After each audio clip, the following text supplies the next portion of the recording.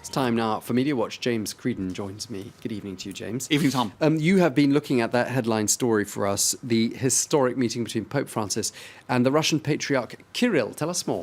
All right, well, lots of analysis in the world's media of that historic meeting, but is the historic aspect of it being maybe overplayed? Some also commenting on that, the fact that even there is no equivalent of the Pope in the Eastern churches, they're all separate. And, for example, the Patriarch of Constantinople, Bartholomew, has met Pope Francis and his predecessor, Pope Benedict. So in terms of a rapprochement between the Eastern churches and Rome, this is maybe being overstated, but for Russia, it is indeed somewhat historic. Will the Cuba meeting of the Pope and the Patriarch help to heal a 1,000-year rift, asks NPR. The Tablet, which is a Catholic publication in the UK, speaking about the Pope's Russian gamble. The historic meeting between Pope Francis and Patriarch Kirill is being seen as breaking a deadlock, but making further progress will mean solving not only theological but also territorial and political problems. Now, speaking of that, we have a fake Vladimir Putin account, because of course a lot of people are speculating that that the Russian Patriarch is somewhat close to the Kremlin, and perhaps that there's a political aspect to all of this. So the Pope and the Patriarch couldn't meet halfway, says this fake Vladimir Putin tweet, had to do it in the Caribbean suite. And one person points out that halfway between Rome and Moscow is probably Lviv, or somewhere rather politically charged, so better stay away from it. Espresso in Italy, they're saying the Pope is absolving Putin just to see the Patriarch, so they are perhaps a little bit critical of Pope Francis on political grounds, suggesting that he's ignoring the politics for religious photo call. In any case, the Patriarch is himself being somewhat political. Russian news agencies have reported that the Patriarch Kirill is telling Castro that the Cuban people have proved their right to live in the way they believe is fit, and other such sort of political statements. In any case, Tom, I think what's going to be most interesting really is, maybe not most interesting, but is the fact just these two very stylish men standing side by side. I don't know if they'll be dressed quite so elaborately, but they're certainly snappy dressers, and I think newspapers have been having fun putting the most sort of interesting photo shoots of them side by side. Now, this one on our own website, where Pope Francis is donning a red scarf. I think, however, this is on the plane, by the way, because of course he's on his way to Mexico afterwards, and he did don a sombrero on the flight from Rome to Havana on his way to Mexico.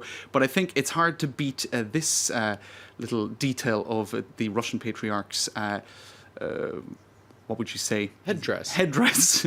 A very convenient fold-away cross for when he gets into his car, so it doesn't pierce the ceiling of the car, I'd imagine.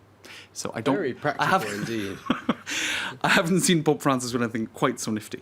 No, well, he's got a hard act to follow there. Perhaps he'll get some inspiration, This is all kinds of inspiration from meeting with the Russian Patriarch. Let's move back to France, because there's been a cabinet reshuffle here. Lots of discussion, lots of chatter, and social media continuing to talk about it. That's right. It's been a big feature of analysis in the French media for the last day or two. In particular, the culture minister, Fleur Pellerin, she was one of those who got moved to one side. And it seems in all of the French media analysis of this that she had no idea, did not see it coming. And for Le Point, this is a sign of just how cruel political life can be. She even spoke to the media the day before the reshuffle, saying, "I'm confident there's going to be no problem whatsoever.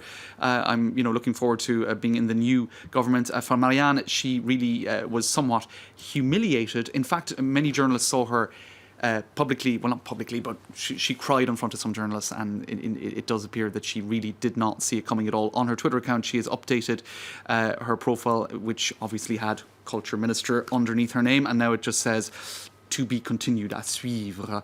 And a lot of people tweeting their support for her and saying, well, clearly she just wasn't close enough to those who are close to the president.